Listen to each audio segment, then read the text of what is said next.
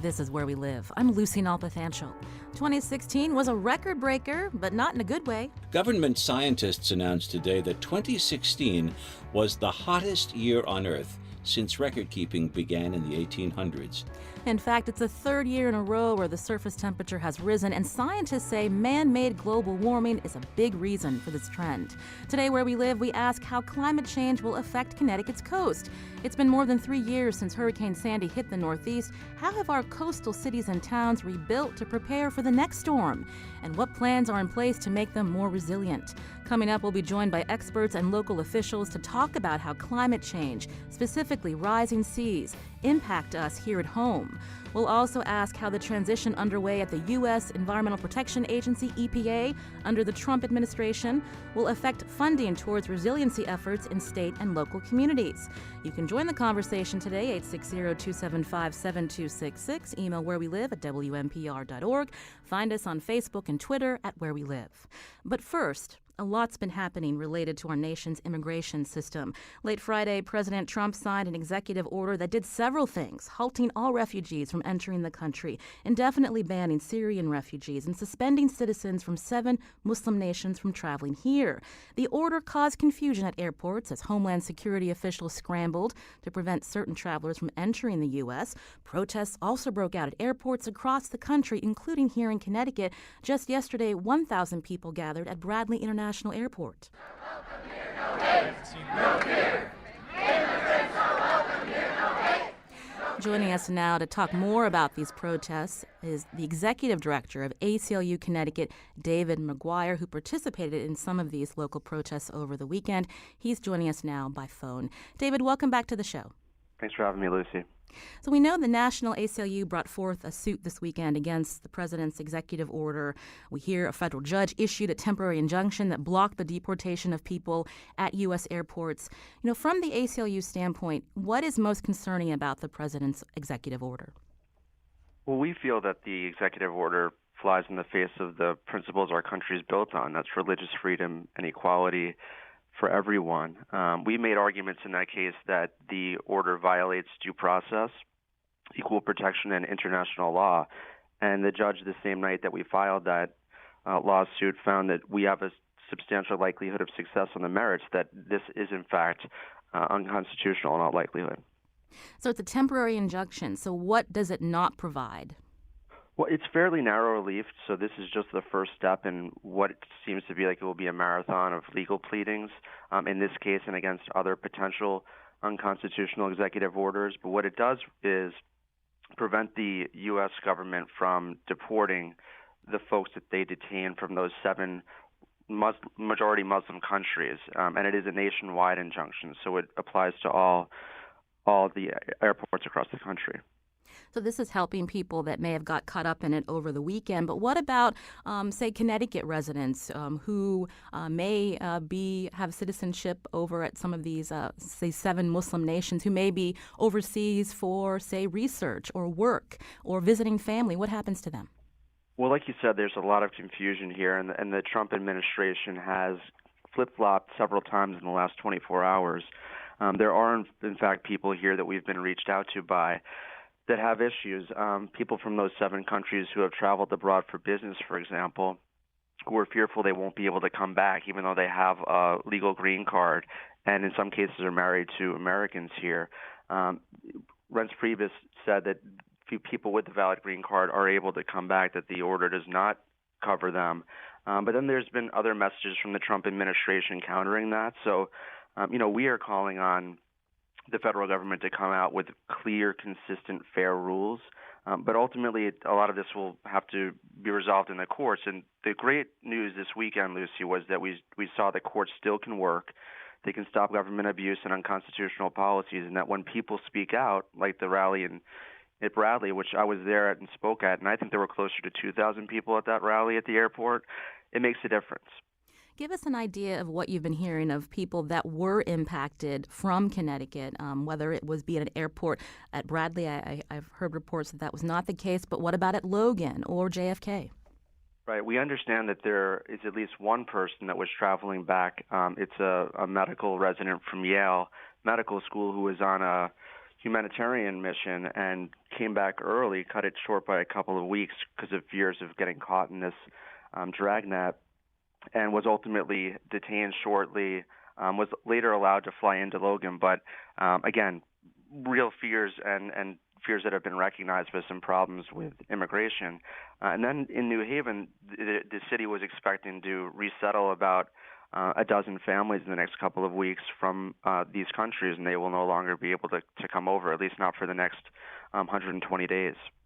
This is Where We Live. I'm Lucy Nalpathanchel. On the phone is David McGuire, Executive Director of the American Civil Liberties Union of Connecticut. He participated in some local protests in Connecticut, including one at Bradley International Airport, protesting the executive order that President Trump signed on Friday.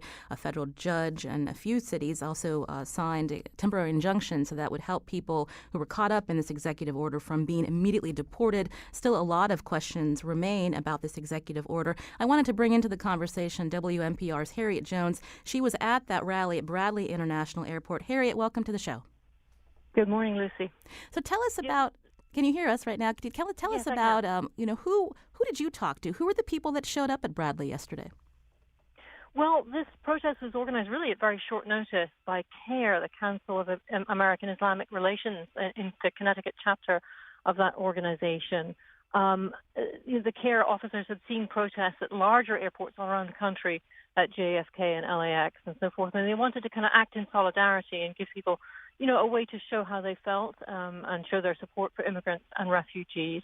So they asked Bradley, could we stage this protest? And the Bradley management was welcoming of it. And they sent out a Facebook message, several tweets, and they said they were just surprised and delighted at the turnout. They really weren't expecting such a large and vocal crowd from, as quickly as this was organized. But as David said, there were, 1,000, maybe more than 1,000 people at the airport. Went on for several hours. Bradley Airport, the international part of it is not a tremendously international airport, so this is not where anyone is detained. It only has one flight from Dublin and a few from Canada, so it's not a likely route for people returning from the Middle East or Africa. But, they felt it was an appropriate place to hold this rally. I spoke with a few people there, and one of the people who addressed the crowd and also then spoke to reporters afterwards was Rabbi Deborah Cantor of Bloomfield. She said she was very moved by the turnout. Many of the founders of my synagogue were refugees from Germany. Many of them came right after Kristallnacht. And so this is something that in my congregation resonates deeply. As Jews, we know from our history what it's like, what happens when the doors are closed.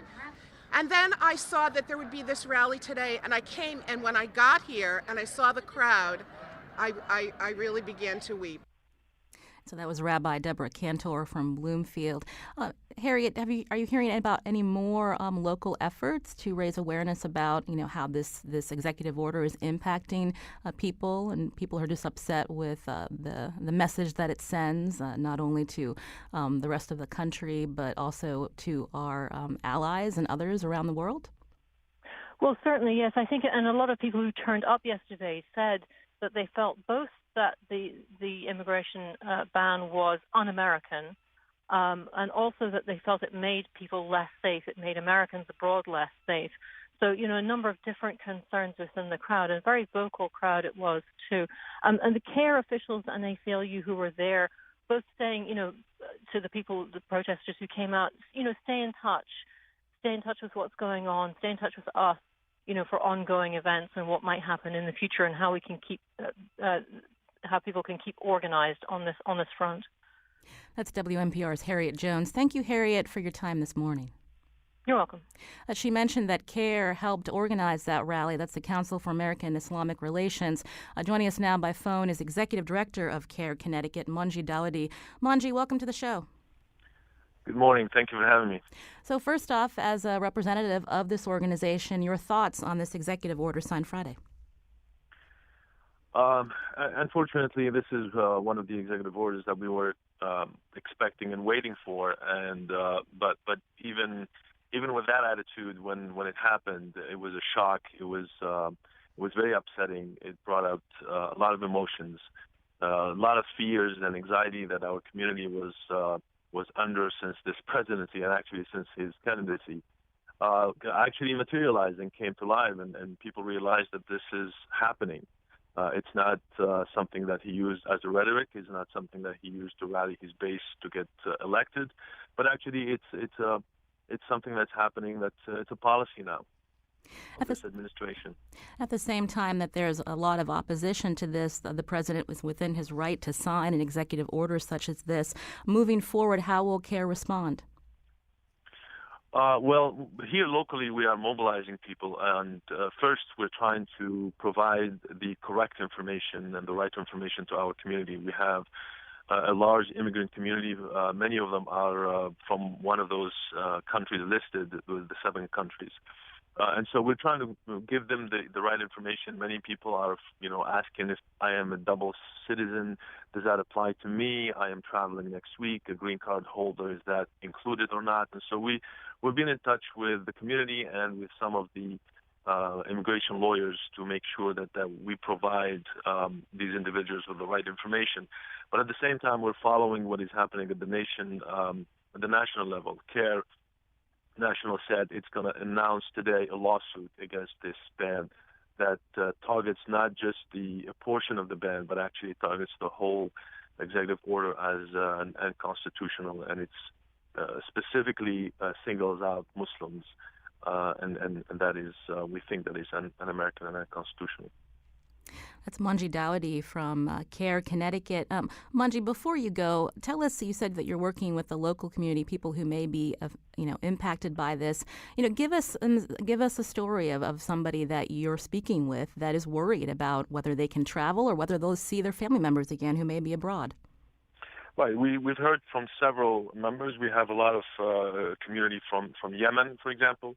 Many of their family members, they were traveling overseas, and when they were planning to come back, and they just heard about this executive order, so they're stuck overseas. Many of them actually started their journey and flew to Dubai, and from there they were boarding another plane to the U.S. when they heard that this executive order took place, and so they had to go back to where they came from. And another case I had, which is somebody who is a dual citizenship. He's Canadian, and he actually was born in Syria, but he left Syria when he was 3 years old, about 30 years ago. This is a Canadian citizen who has a green card. He works here. He's a professional, and he had a trip planned to Canada and back, a work trip. And he was asking, is this ban gonna stop me from doing that? And of course, we advised him, our lawyers advised him not to travel. And so he had to cancel his work plan, and he had to go back to his employer and explain to him why. And this is the kind of thing that abruptly disrupted the lives of people, created this mass chaos and hysteria. And we hope that this administration, and it's a very small hope, to tell you the truth, that they will come to their senses and reverse this order, or at least Congress and with some members of the GOP who can see that this is an un-American executive order, that they will enact the legislation that will stop it and reverse it. Manji Dawadi is executive director of the Connecticut chapter of the Council of American Islamic Relations, or CARE, who organized that rally yesterday at Bradley International Airport. Manji, thank you for your time. Thank you so much. I just wanted to send a big, big thank you to the people of Connecticut, to ACLU, to other organizations, religious leaders and others who came at a short notice and came with hundreds, with big hearts and a lot of signs, and raised their voices. And thank you also for the media who covered the event in a short notice. Thank you, Manji. Also on the phone with us is David McGuire, Executive Director of ACLU Connecticut. Thank you for joining us for a few minutes to explain the ACLU's viewpoints on this executive order. Thanks for covering this, Lucy. Take care. Coming up, we shift focus now to climate change, something the current administration denies is a serious problem. How does this affect local efforts to plan for things like rising water along our coast? We'll find out after the break. This is Where We Live.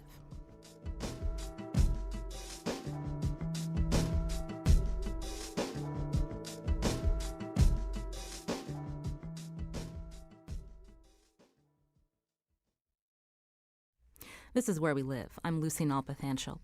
We're shifting now from immigration to climate change. When we talk about how sea level rise caused by climate change will impact the U.S., attention's paid to our major cities like New York, Boston, and Miami. But we know rising water will affect our coastal communities here, too, in Connecticut. So how are our local cities and towns planning for this, as well as the next big storm post-Hurricane Sandy?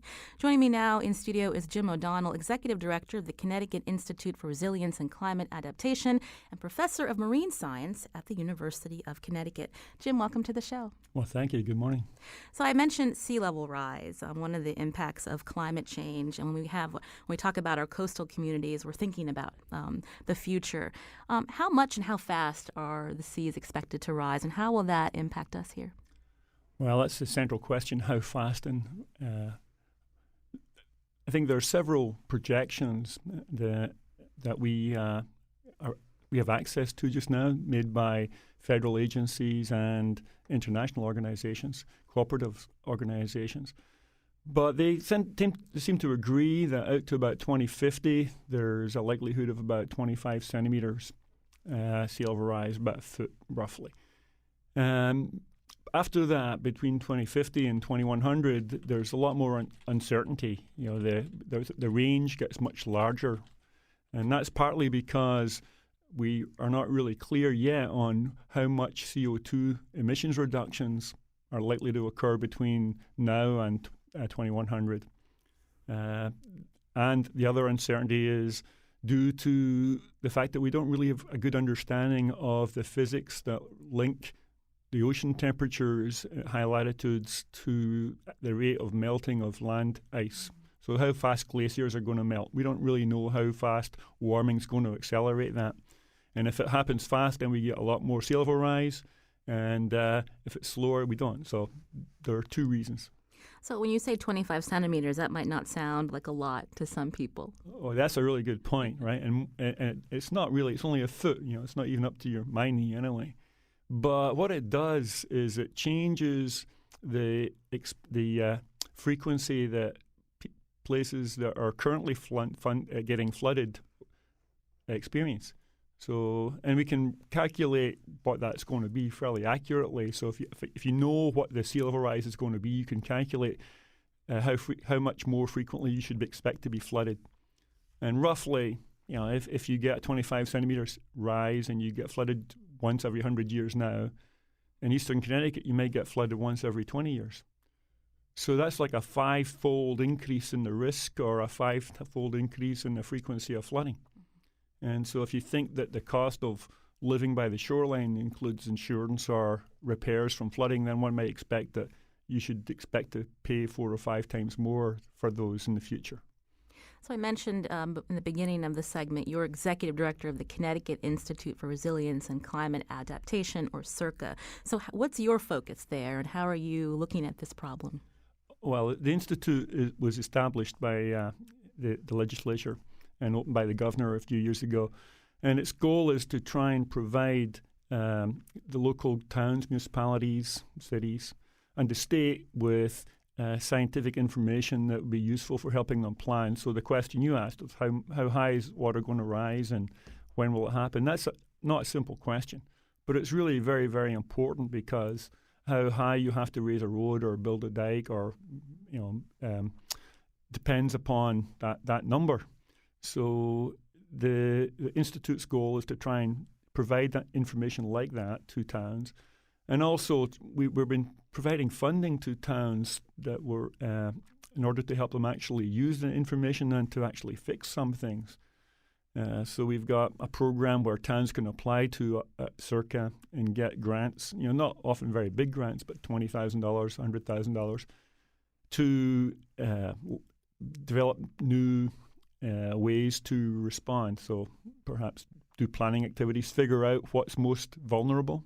So water treatment plants are very close to the shore, and what aspects of those are most vulnerable?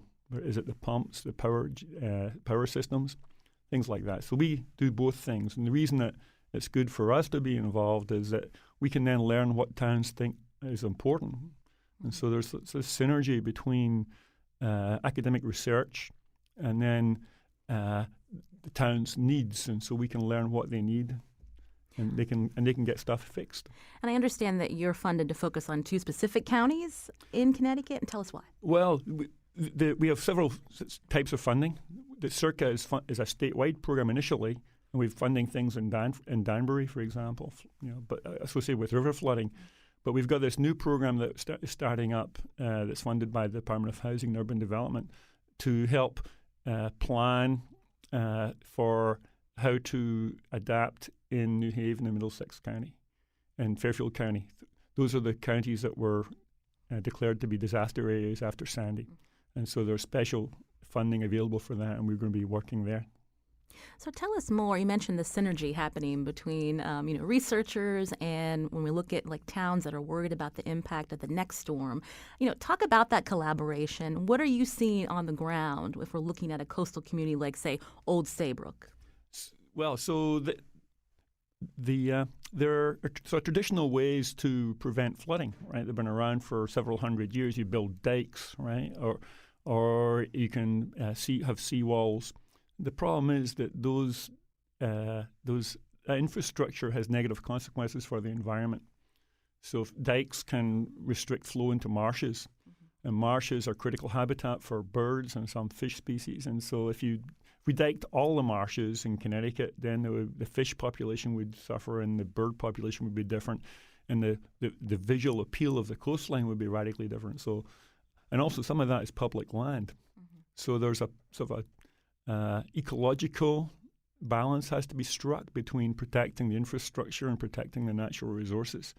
And there's a sort of a political balance needs to be struck between private ownership and public ownership and uses. There are use conflicts.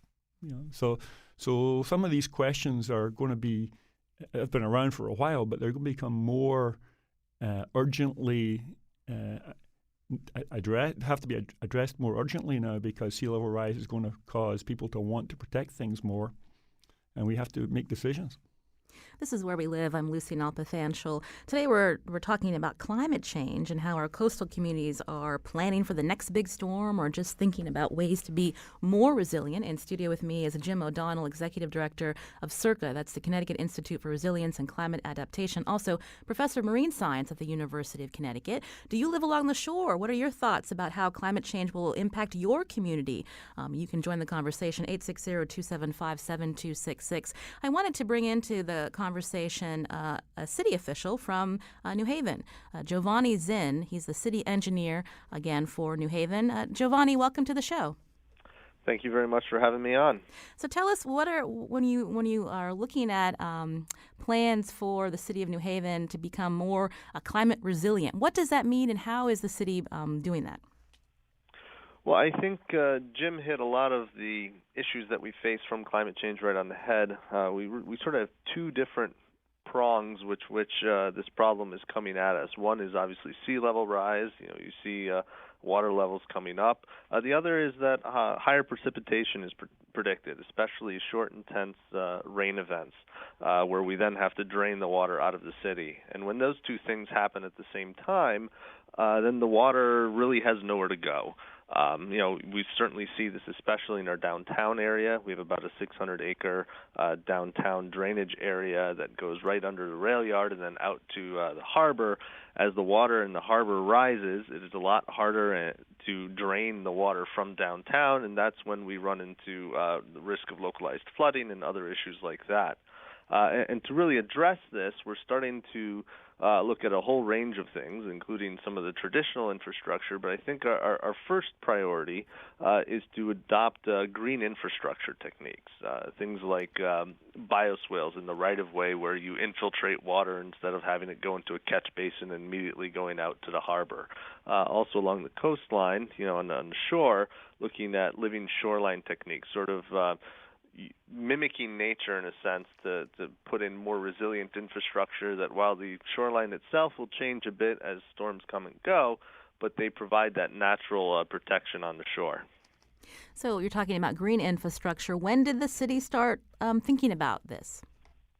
We probably started 3 or 4 years ago, and it's part of a much larger national trend to go back to, the way that nature intended, which water falls on the ground and it gets infiltrated, then it goes, into streams and brooks, and then out to the water bodies.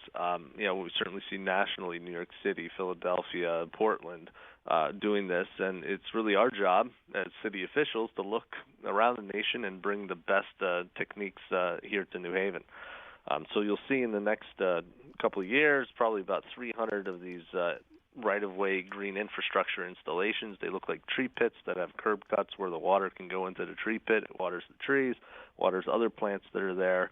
Not only does it divert water from our stormwater system, but it actually, I think creates a very nice streetscape and amenity. And that is Giovanni Zinn, who's city engineer for the city of New Haven. We're asking him about his climate resiliency plan for the city. I'll turn back to Jim O'Donnell from Circa. I mean, this is green infrastructure is the way to go. Absolutely. I think that we've been focused a lot on what happens at the shoreline, but as Giovanni said, there is climate change impacts all across the state, and some of the old cities have drainage patterns that were engineered with expectations of a particular level of rainfall, and the models are a little unclear about exactly what's going to happen. But evidence suggests across New England that there's been a change in rainfall over the last 50 years. And so new plans require preparation for handling more stormwater runoff, and having it contained near where it falls is much smarter than trying to collect it all and then handle it in a treatment plant. And so what are the biggest challenges to thinking in this way? Is it funding? Well, funding is always a critical issue, and not only how much, but who pays. And there is a lot of infrastructure that's old in Connecticut in the cities. Some of it has to be replaced anyway, and so we're going to be facing those costs.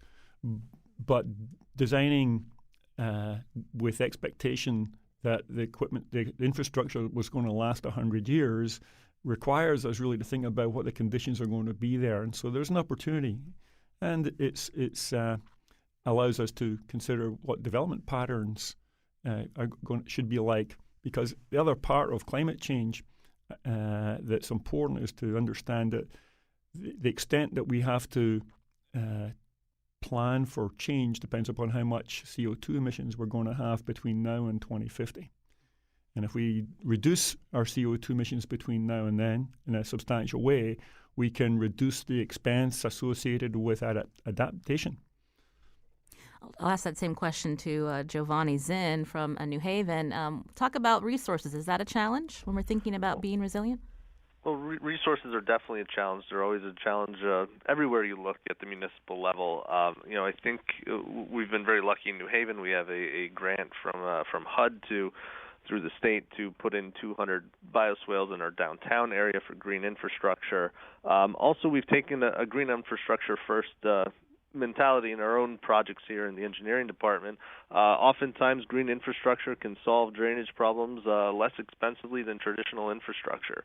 So I think a lot of it also is starting to get very creative about how we think about these projects and making sure that we take the most cost-effective approach. And Giovanni, you mentioned grants from HUD. Now that we have a new administration, any worry that some of this money is going to dry up, so to speak? Well, it's certainly a question that we've gotten many, many times in the last week, and to a certain extent, it's hard to predict the future.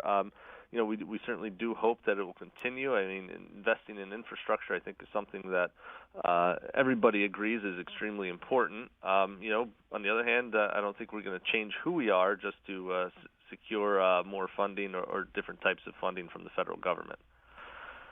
You can join the conversation today. Again, we're talking about climate change and local and state efforts to deal with that threat, how it can impact our coast, as we heard a little bit earlier in the show. You can join the conversation at 860-275-7266.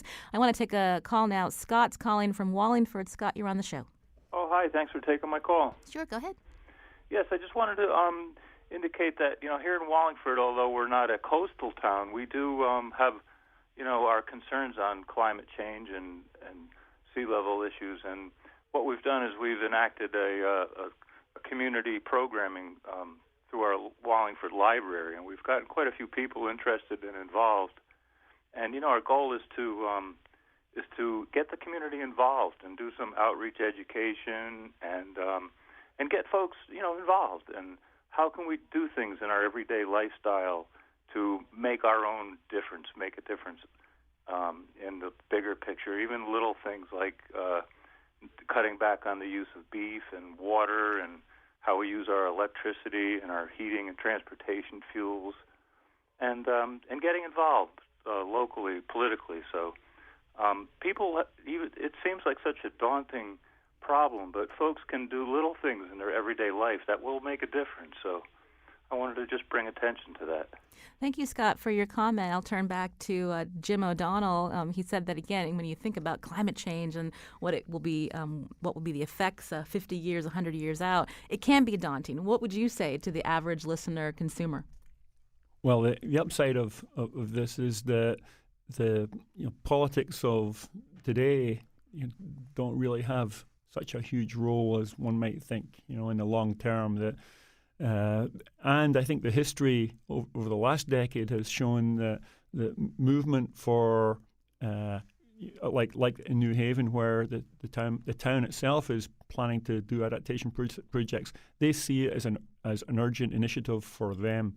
And across the world, people who are at the town level of management are seeing the effects of storms and flooding, and they're making changes now, and they're pressing for the people further up the political chain to make forward-looking decisions.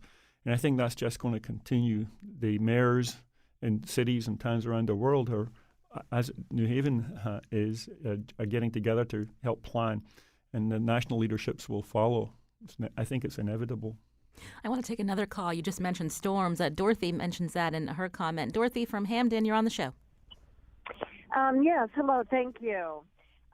My question is very similar, which has to do with the fact that climate change has been known to cause more serious storms and hurricanes, and how might we anticipate Connecticut needs to prepare for those and the flooding and other damage that may occur? Thank you for your question. Well, I think the risk of a Category 3 or Category 4 hurricane in Connecticut is not going to change very much.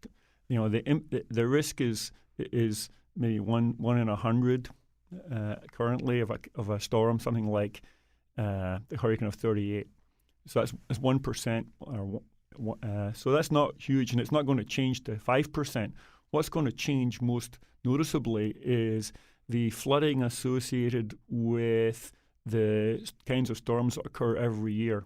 The flooding associated with a storm that occurs every year will be just more extensive, and for every year until as far as we can see, right, it's just going to get worse and worse, and the damage will not be huge, but it'll be persistent, and people will have to adapt to it. And Giovanni Zinn, again, city engineer for the city of New Haven. What's your take? Is it more worried about the frequent flooding versus the next big storm? Well, I think, honestly, we have to be prepared for both. I think Jim hit it on the head that, while we're not going to see necessarily a Category 3 storm, what it does do is sort of redefine what some of these smaller storms are. The flooding that we see now from, a Sandy or something like that, if you're looking in 2050 when, sea level will be about a foot higher, that's yet another foot that you're starting from. And the impacts will be that much greater. One of the things we saw here locally in Sandy is that, another foot would have really changed the impacts that Sandy had in New Haven and made them much more dramatic due to the, sort of the intricacies of the topography here. So we're very concerned about it. Even a little bit more can have a multiplier effect in some of these storms. And I know that you work for the city of New Haven, but in terms of some of the neighboring suburbs, is there a collaborative effort and ways to think about best practices and how to support each other with the question in the future that maybe resources will be thinner? Well, I think it's something that the conversation is starting to happen. Certainly CERCA is doing a lot to bring that conversation to the forefront among the different municipalities. It's something I think in general in Connecticut we need to do a much better job of, is working together with our neighbors and facing some of these issues. Nature certainly doesn't respect municipal boundaries, and we should really attack these problems together. Well, I want to thank Giovanni Zinn, again, New Haven's city engineer, for joining us. Thanks, Giovanni. Thank you very much. This is Where We Live. I'm Lucy Nalpathanchel. Coming up, we're going to check in with Connecticut's top environmental official and find out how the state is meeting the threat of climate change. And again, you can join the conversation, 860-275-7266. Email wherewelive@wnpr.org. Find us on Facebook and Twitter @Where We Live.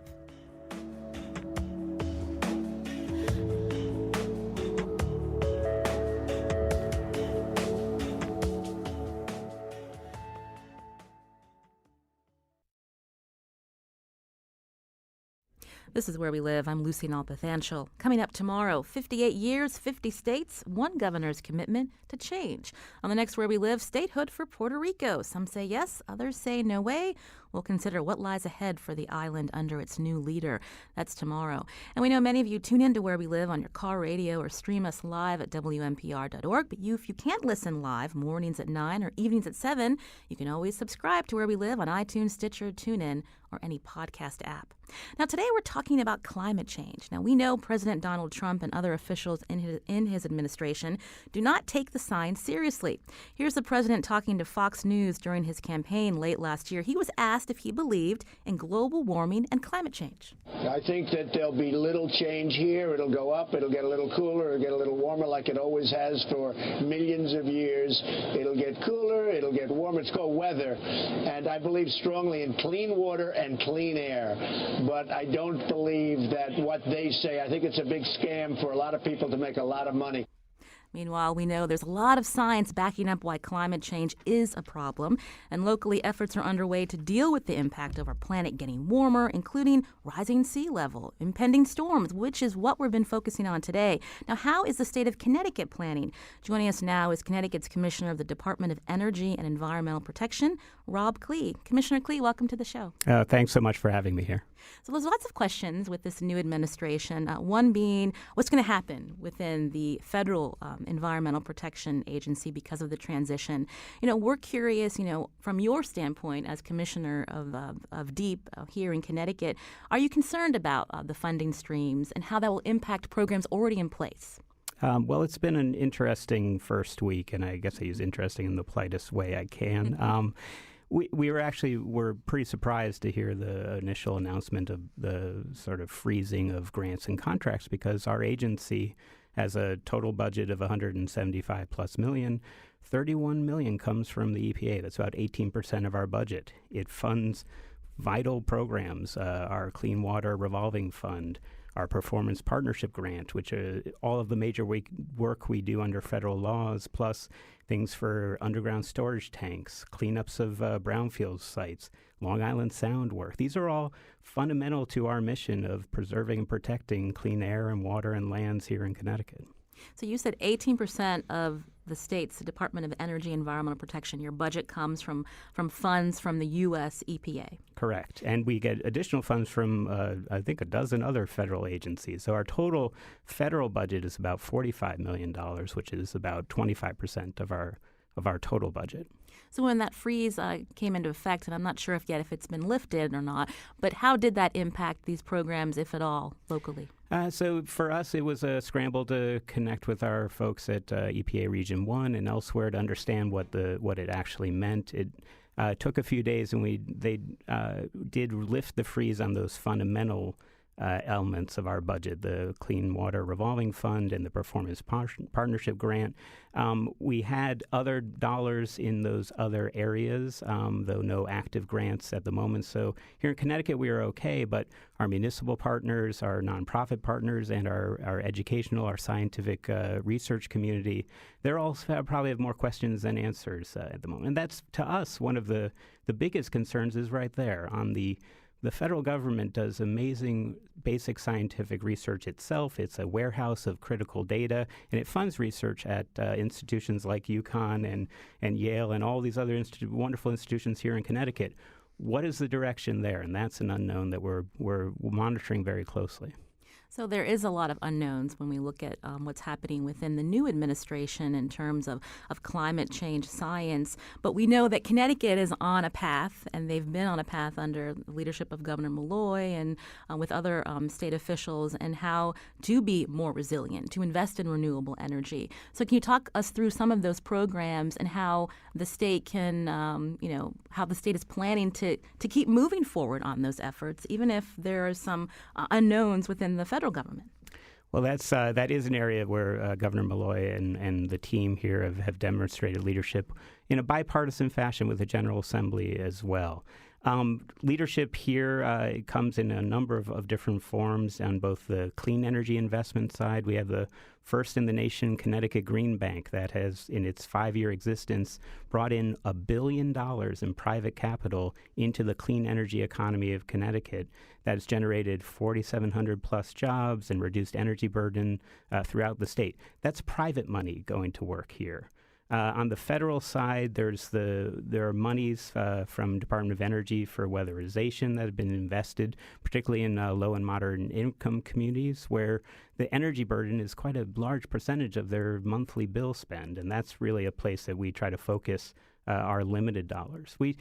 This is a place where government's not going to have all the money, particularly a state government, to solve, particularly on the clean energy space. So finding ways to get the private sector excited and motivated and investing here is one of the unique things that we've been doing here in Connecticut, and should be a model for the rest of the country.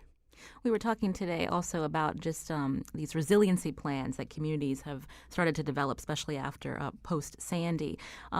Traditionally, when we're talking about resiliency, that money's coming from grants or other competitions. And so if that, again, dries up from the federal level, you're going to see more private investment leaning on them to help?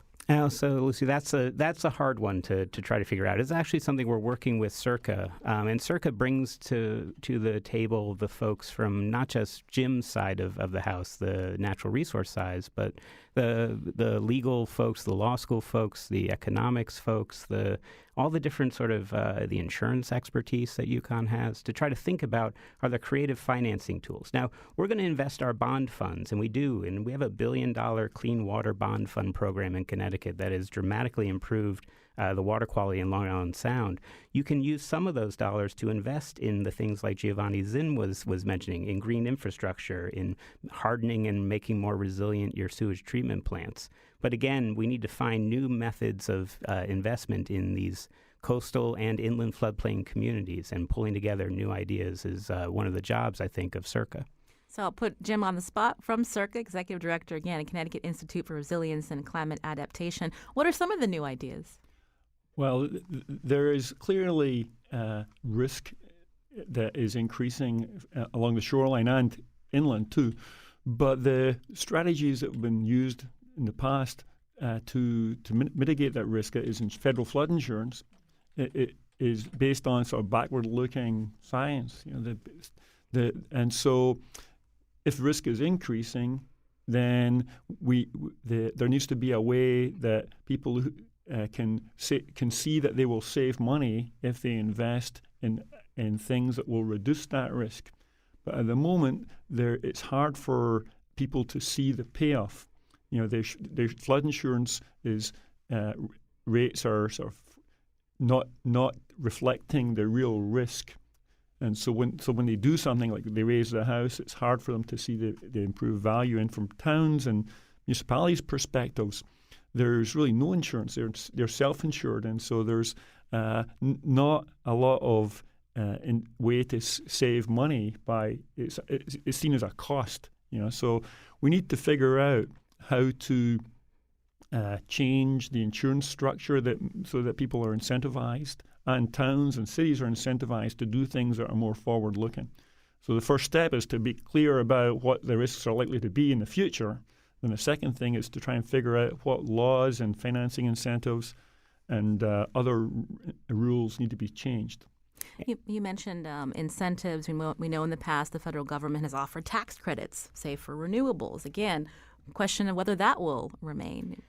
Yeah, Commissioner Cleek? Well, and that's an area, again, where the federal government has been very active. I'm interested in hopefully where the Trump administration is interested in infrastructure. This is the type of infrastructure that actually creates great jobs here in Connecticut, investments in energy infrastructure and upgrades to our grid and upgrades to our transmission system. I'd like to see more investments there because it is essential that we work on reducing the amount of man-made greenhouse gases that are being emitted into the atmosphere to help mitigate those risks that we're feeling all in Connecticut. And they're real risks. And I do take issue with the president's characterization of this as a hoax or as it's not. Our folks here in Connecticut feel it and see it and have observed it, and in the changing flood patterns, that everyday storm that becomes a lot more damaging. The high tide that is now flooding places that people have never seen a high tide flood go. So that's where we're doing innovation without the federal government, frankly. Our regional greenhouse gas initiative, first cap and trade system, we're investing those proceeds, over $20 million a year, in efficiency and renewable programs here in Connecticut and in a region from Mid-Atlantic to Maine of Republican and Democratic states working together to solve the problem that is based on sound science. This is Where We Live. I'm Lucy Nalpathanchel. That's Commissioner Rob Klee. He's the leader of Connecticut's Department of Energy and Environmental Protection. Today we're talking about climate change, how local and state governments can plan for the future, even if there's a disconnect from Washington. You can join the conversation, 860-275-7266, if you have a quick question for Commissioner Klee. I wanted to go back to something that Jim O'Donnell said about just the grassroots effort that is growing within communities and how that will influence and hopefully encourage, say, our federal officials in terms of strategies or projects that we should be looking towards. I mean, do you see that kind of effort also, Commissioner Klee? We sure do. And the caller from Wallingford hit it on the head. There's Clean Energy Task Force in communities around the state. They've been mobilized. They've been working with their neighbors. The Green Bank has worked on a solarized campaign model, which is really social marketing that gets folks out there excited about deploying solar on their rooftop. We have municipalities that see the potential to save money by investing in clean distributed generation, money that is saved for all of their taxpayers. And the state's doing it itself. We're looking to lead by example. Our state electric bill is about 15%, and electric and our gas bill are about 15% of the total load. Efficiency investments that we make benefit all taxpayers. So it's happening at the very local level, it's happening at the state level, and it's happening at the regional level, and it will continue. We're almost out of time, but I want to turn back to Jim O'Donnell from Circa. We've been focusing a lot this hour on efforts from local municipalities and towns about how to be more resilient.